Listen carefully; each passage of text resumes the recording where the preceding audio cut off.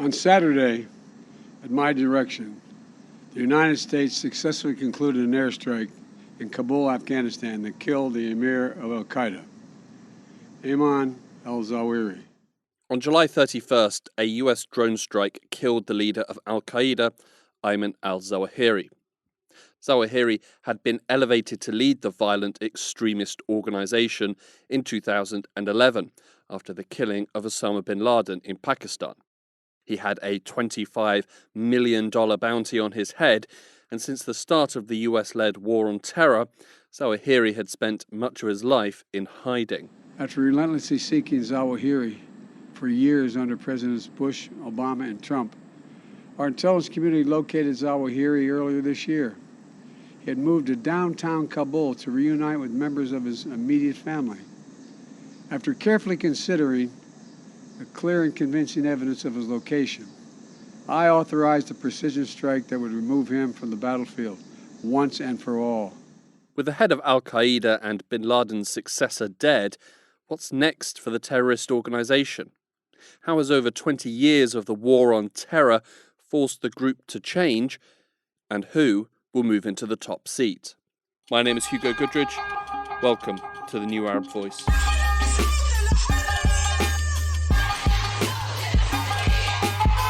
I mean, it's obviously very significant, and we cannot overstate the significance of every such leadership decapitation campaign undertaken against a major terrorist groups like Al-Qaeda. This is Javid Ahmed.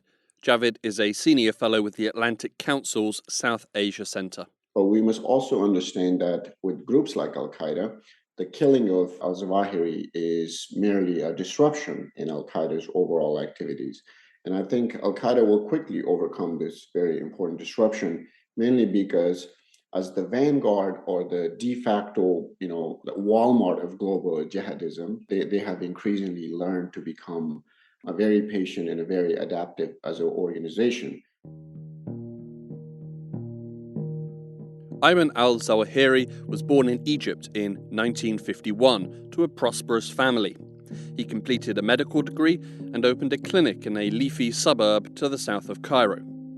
Simultaneously, Zawahiri was also becoming ever deeper involved in the efforts of the Egyptian Islamic Jihad to overthrow the Egyptian government and establish an Islamic state. Between 1981 and 1984, he was jailed in Egypt for his role in the assassination of Egyptian President Anwar Sadat. And in 1991, while based in Peshawar, Pakistan, he was named as the leader of the Egyptian Islamic Jihad. While in Pakistan, Zawahiri made contact with Osama bin Laden. Over the next decade, Zawahiri would continue leading the Egyptian Islamic Jihad, taking responsibility for numerous deadly bombing attacks around the world. And in June 2001, the Egyptian Islamic Jihad and Al-Qaeda formally merged, and Zawahiri became number 2 to bin Laden, and was often described as being the brains of the operation. Following his ascension to the top of Al-Qaeda on May 2nd, 2011, Zawahiri took command of an organization that had been severely impacted and depleted by counter-terrorism efforts, but remained ever dangerous. Javid again. While it's very important, I don't always see the effectiveness or the operational effectiveness of a terrorist groups like Al-Qaeda in its numbers, including how big that number is or how small that number is or how dispersed that number is.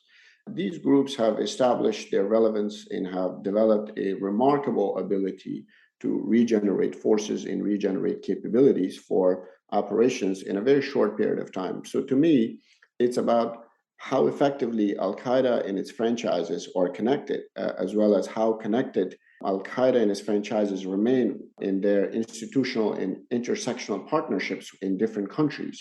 Since the start of the war on terror, Al-Qaeda has changed from a singular international terrorist organization into a collection of groups, each fighting on their own fronts against varying enemies under the umbrella of Al-Qaeda. Javid views the group as an octopus, Zawahiri at the head, and the tentacles connecting to the group's various regional branches. Each of those franchises or regional branches bring to the table very different level and very different types of operational capabilities and priorities. And so we should look at this growing octopus as a whole and then assess al-Qaeda's overall operational capabilities to determine, has this arrangement or this compact that al-Qaeda has with its branches, but also al-Qaeda has with their other institutional and intersectional ideological siblings, grown al-Qaeda's longer-term tactical staying power? And I think the short answer is obviously yes, and that is, in my view, the most important capability. The shift from a centralized organization to more of a franchise model has ensured the group's survival and also helped growth. But this shift was less of a choice and more of a necessity because of the US-led war on terror. The one successful element of it was that we were successful in putting al-Qaeda's central leadership under an enormous amount of pressure. This is Charles Lister, Senior Fellow at the Middle East Institute and the Director of the Counterterrorism and Syria programs. We really constrained their ability to command any meaningful extent of control over the global al-Qaeda movement and the network of affiliates. And I think in that sense, affiliates in and of themselves had no choice but to begin to make more of their own decisions and to adapt and orient their agendas much more towards the local dynamics within which they existed. And there was a period of time immediately after the Arab Spring where al-Qaeda's central leadership unquestionably embraced that more local approach. I think they saw it as an opportunity. But during this period of independency, free from the direct overwatch of jihadi head office, these affiliates began to drift away from the ultimate al-Qaeda goal and paid more attention to their immediate local issues, something that Zawahiri, during his time at the top, sought to put an end to.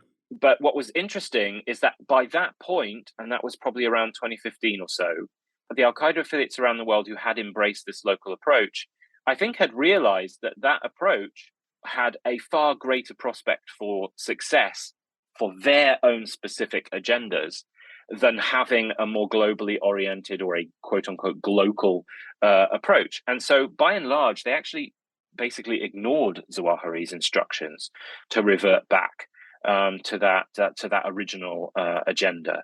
And I think that spoke volumes about Zawahiri's not necessarily leadership style. I think to an extent it almost didn't matter what his leadership style was, but his capacity to recommand or reassert command over the affiliates who had found a more effective way of operating. In the Middle East and North Africa, there are a number of branches of al-Qaeda and al-Qaeda affiliates, but the main ones are al-Qaeda in the Arab Peninsula, or AQAP, and al-Qaeda in the Islamic Maghreb, or AQIM. The first of these, AQAP, has been heavily engaged in fighting in Yemen, while the latter, AQIM, is occupied by an insurgency campaign across North Africa. Both of these groups have earned their bloody credentials as terrorist organizations, but in terms of growth, it is the sub-Saharan region that is stretching ahead. According to Charles, the breakup of al-Qaeda is a welcome development for those engaged in counter-terrorism efforts. From a US policy perspective, that decentralization of al-Qaeda is a good thing. I would challenge whether or not that assessment is right. I actually think it is more dangerous that al-Qaeda has decentralized and affiliates have become more locally oriented. But so far as we hear from US policymakers, the decentralization of the movement is actually a good thing because AQ is not as focused on attacking the far enemy, on conducting a 9/11 style attack as it was 20 years ago. While Zawahiri might have failed during his tenure to hold al-Qaeda together as a unified group, this does not mean that the threat posed by the group has dissipated. Javid Ahmed. How I see it is that al-Qaeda's comparative advantage is that as the vanguard of modern-day jihadism, they still enjoy greater legitimacy and appeal because of their narrative. And of course, despite important setbacks like the killing of al-Zawahiri, al-Qaeda still project globally, but they mostly act locally. They still look west because that's how they have historically acquired and maintained their jihadi legitimacy, and that's how they also tactically remain relevant. but they also increasingly act east or act regional because they have limited external operational or material capabilities to reach faraway places like the West. Of all of al-Qaeda's relationships, it is their ties with the Taliban that have come under the most scrutiny. It was the presence of al-Qaeda bases and training facilities in Afghanistan that prompted the initial US invasion of Afghanistan post 9/11 and saw the Taliban removed from power. Upon the Taliban's return, the issue of the presence of al-Qaeda in the country was a crucial part of the deal.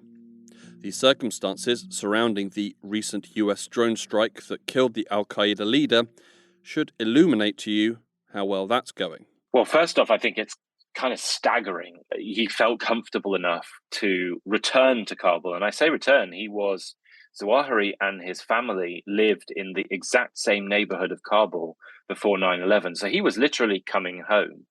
It's absolutely staggering that he felt confident enough to do that. It's remarkable that, at least if you listen to anonymous sources and comments from the intelligence community, that he felt comfortable enough to sit out in public on his balcony in the mornings to watch the sun come up and read a book is in and of itself absolutely staggering. Indeed, when he was killed, the head of al-Qaeda, a man with a $25 million bounty on his head, one of, if not the most wanted terrorist in the world, was living relatively openly in the Afghan capital. But why would the Taliban have him there? What's keeping the Taliban and al-Qaeda together? Al-Qaeda maintains a very deep faith in their historical, ideological, institutional, and also family partnerships with groups like the Taliban, in their governing partners like the Haqqani network. A brief tangent into Afghan politics. The Haqqani network is built around an Afghan family of the same name. The network was founded in the 1970s and was one of those who fought against the Soviet invasion of Afghanistan in the 1980s. During this time, they formed close ties with Osama bin Laden. They pledged allegiance to the Taliban in 1995 and since then have become a large and integral part of the Taliban. Today, Sirajuddin Haqqani, the group's leader and son of the founder, is the Afghan Interior Minister, controlling much of the internal security forces of the country. There is also a $10 million reward for his capture being offered by the FBI. Back to Javid. And it's important to contextualize this because the comfort level between al-Qaeda and the Taliban is mutual, mainly because it is a multi-layer partnership. The Taliban leaders today are faced with a very risky proposition where, should they attempt to make it uncomfortable for al-Qaeda leaders and al-Qaeda fighters inside Afghanistan, then they may well affect the Taliban's own senior leaders and rank and file who are in bed with al-Qaeda and who have shared long and bloody battles with al-Qaeda fighters, or they married them or amongst themselves. So I take it that breaking up is not an easy proposition for the Taliban to just simply, get up, say, I'm going to abandon al-Qaeda by citing ideological or other reasons, that including reasons that they want to govern Afghanistan, a peaceful or terror-free Afghanistan. The bond between the Taliban and al-Qaeda is secured in history, a bond which today powerful elements within the Taliban, like the Haqqani network, feel compelled to maintain. When al-Qaeda first came to Afghanistan, they were protected by the Taliban and other Afghan groups as guests. But the Taliban are now characterizing and treating al-Qaeda inside Afghanistan as refugees. I mean, they call them muhajirin.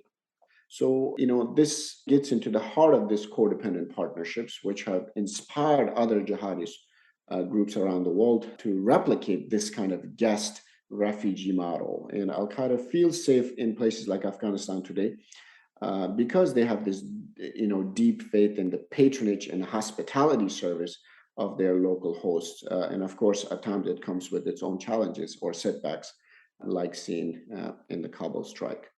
Now I know what you're thinking. Doesn't the presence of al-Qaeda in Taliban-controlled Afghanistan directly contradict the joint declaration between the Islamic Republic of Afghanistan and the United States of America for bringing peace to Afghanistan, which paved the way for the Taliban's return? Do historic ties take precedent over everything else? Do agreements signed with the US mean nothing to the Taliban? Charles? So I think that's why the Taliban has found itself in the place that it has.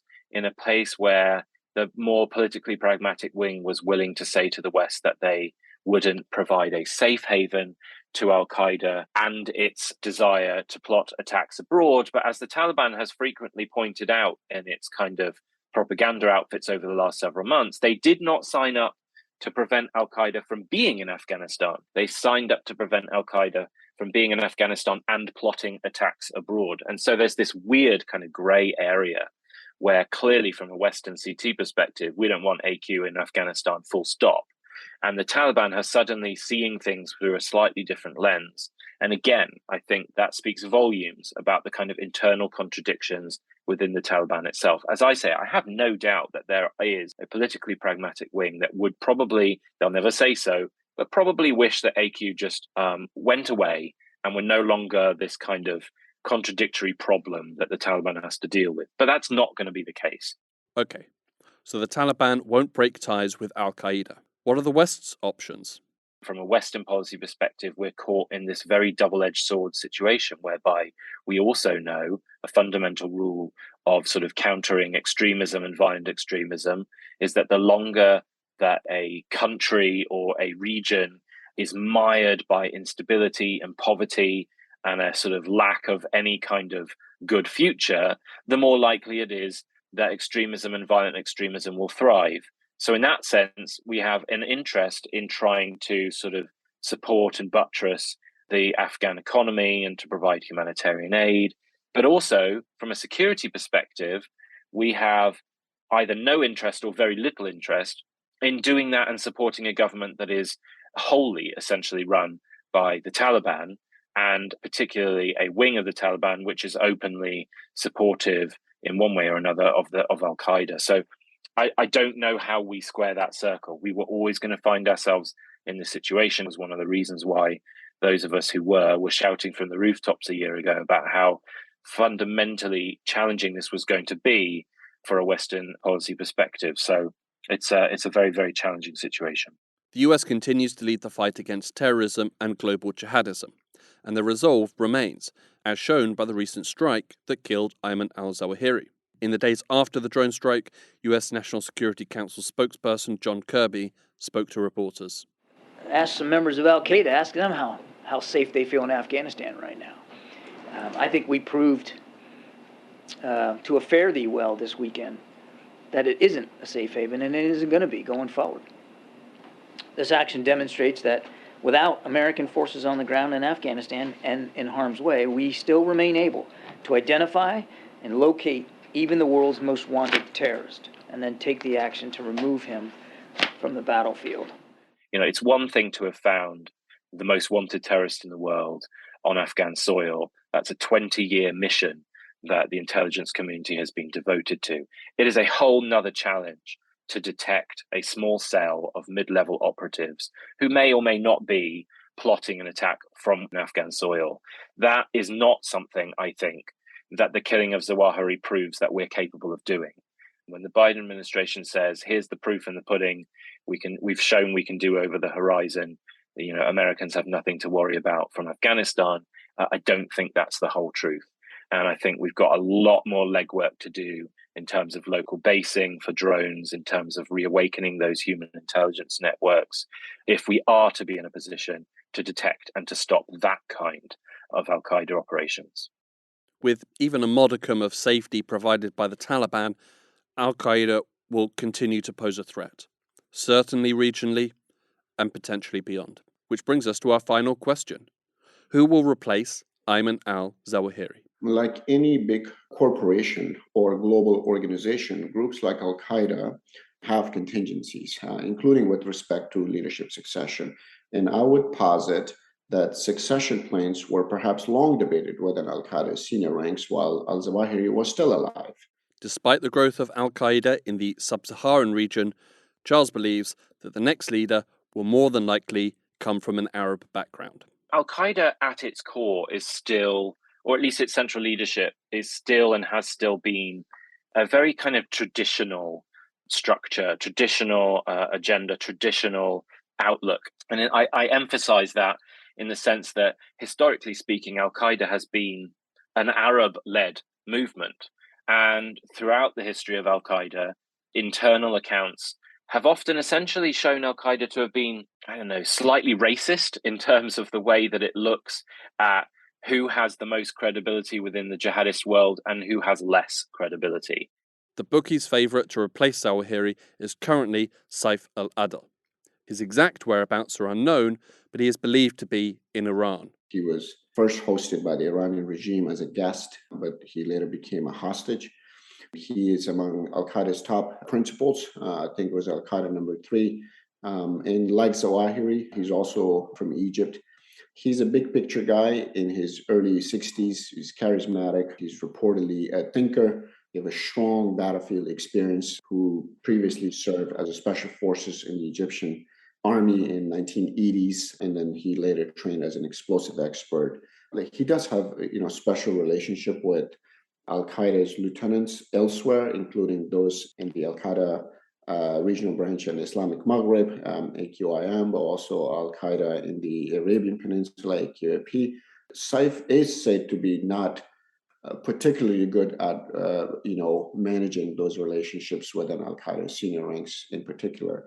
But I think his ultimate elevation to assuming the role of Al-Qaeda emir would mean that Al-Qaeda's Shura Council, including those from their affiliate groups all over the world, will have to endorse him. Saif al-Adl could be a safe pair of hands for a murderous jihadist organization, but being in Iran is a mark against him. Beyond this, I think one other possible candidate for Al-Qaeda's leadership is this guy named Khalid Beitarfe. Khalid at the moment is leading AQAP in Yemen. He's been leading that organization since February of 2020. I believe in AQAP is perhaps Al-Qaeda's most significant regional branch. Khalid comes from Saudi Arabia. He's a very experienced Al-Qaeda lieutenant. He's relatively young, around 42, 43-year-old. Khalid has also led AQAP's media wing, and he has served on AQAP's Shura Council, the ruling Shura Council, which is significant. He's a skilled communicator. He reportedly enjoys very strong links with other Al-Qaeda's franchises. He's well regarded because of his field craft. Khalid could take that step up. A few other names have been batted around. There's Ahmed Duriye, current leader of Al-Shabaab in Somalia, Yazid Mubarak, current leader of Al-Qaeda in the Islamic Maghreb, and Abdul al-Rahman al-Maghrabi, the son-in-law of the former leader and the former director of Al-Qaeda's media wing, also currently believed to be in Iran. It is thought that there are concerns that elevating a leader from a regional group could see that group favoured by the new leader, igniting a culture war within the organisation. Final words to Javid. Whoever makes it to the top role, which Al-Qaeda may likely announce around or after October or November, I suspect, the overall focus should not only be on who makes it as a consensus candidate to the top role, but also who will make it to the Amir's inner circle, including who's going to be his deputy or his deputies. But beyond this, I think Al-Qaeda's franchises will become more powerful and independent, mainly because the new leadership will come from Al-Qaeda's new generation of fighters. We may see some or more diversification in Al-Qaeda's partnerships, perhaps more tactical partnerships and alliances, including with South Asian groups and unaffiliated fighters. And I think all of this will naturally and materially boost Al-Qaeda's longer-term tactical staying power.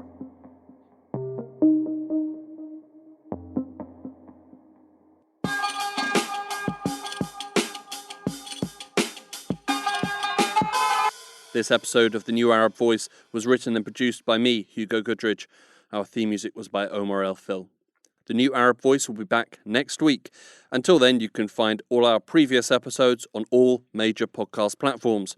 You can also check out our Instagram page and Twitter account, both at The New Arab Voice, for additional content. You can subscribe to the podcast so you never miss an episode, and you can also rate and review, which helps us spread the word. Don't forget to follow The New Arab on Facebook, Twitter and Instagram for all the latest news from the region.